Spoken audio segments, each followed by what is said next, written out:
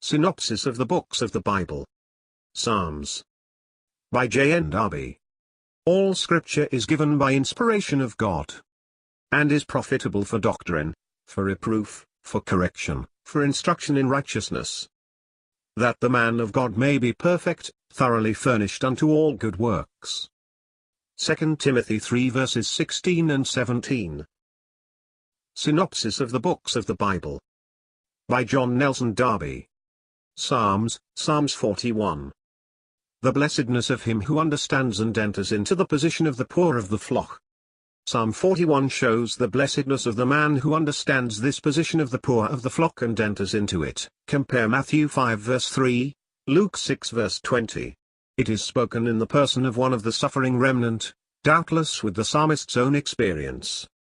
It is one of the psalms in which Christ takes up an expression to show how, in the close of his life, when he entered into their sorrows, he tasted fully their bitterness. Still, the poor man is upheld in his integrity and set before Jehovah's face. The apparent triumph of the wicked is short. This closes the book. It is the experience, as a whole, of the remnant before they are driven out, or at the least of those who are not so. And the covenant name of Jehovah is used. Hence, the place of Christ is entered into, so far as he came and set himself amongst the poor of the flock upon earth, and led the life of sorrow and integrity in the midst of evil.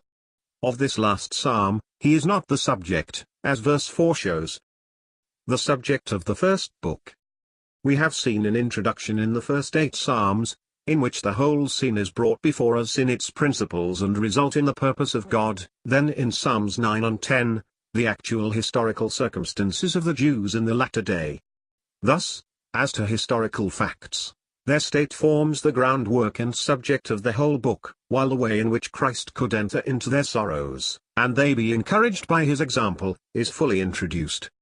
His whole life amidst the nation is passed in review, but particularly the close, when, after declaring God's righteousness in the great congregation, he passed into the deep sufferings of the last hours of his passage on earth, going on to his being forsaken of God. Yet it was for him, surely for us, blessed be God, the path of life. The peculiar interest of Psalm 40. Psalm 40 has this peculiar interest, that it gives us, not merely the history of Christ, his faithfulness, but his freely offering himself to accomplish all that the Father's counsels required of him, and then shows him waiting in obedience till Jehovah was pleased to come in. And then he has the new song to sing.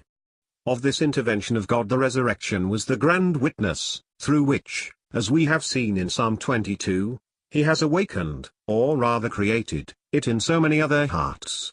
As is common, the first 3 verses give the thesis, the rest all that led up to this, only here it is traced from his first offering himself to do it. Additional remarks as to Psalm 41.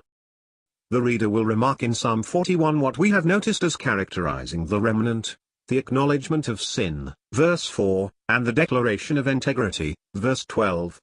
We have Christ using it as to himself, showing, though the psalm is not of him, how he took the place to which the spirit of the whole applies. The proud and wicked could despise and trample upon the meek and lowly, and perhaps chastened, remnant. Here it is more the false and treacherous spirit of those whom he ought to have been able to trust. Blessedness is with those who understand, the meek and lowly ones who are chastened, for they understand the Lord's ways. The meek one himself looks to the Lord when his hand is upon him. The point of the psalm is the blessedness of those who understand and enter into the position of those with whom Jehovah is dealing. This place, Christ fully took, though not chastened with sickness,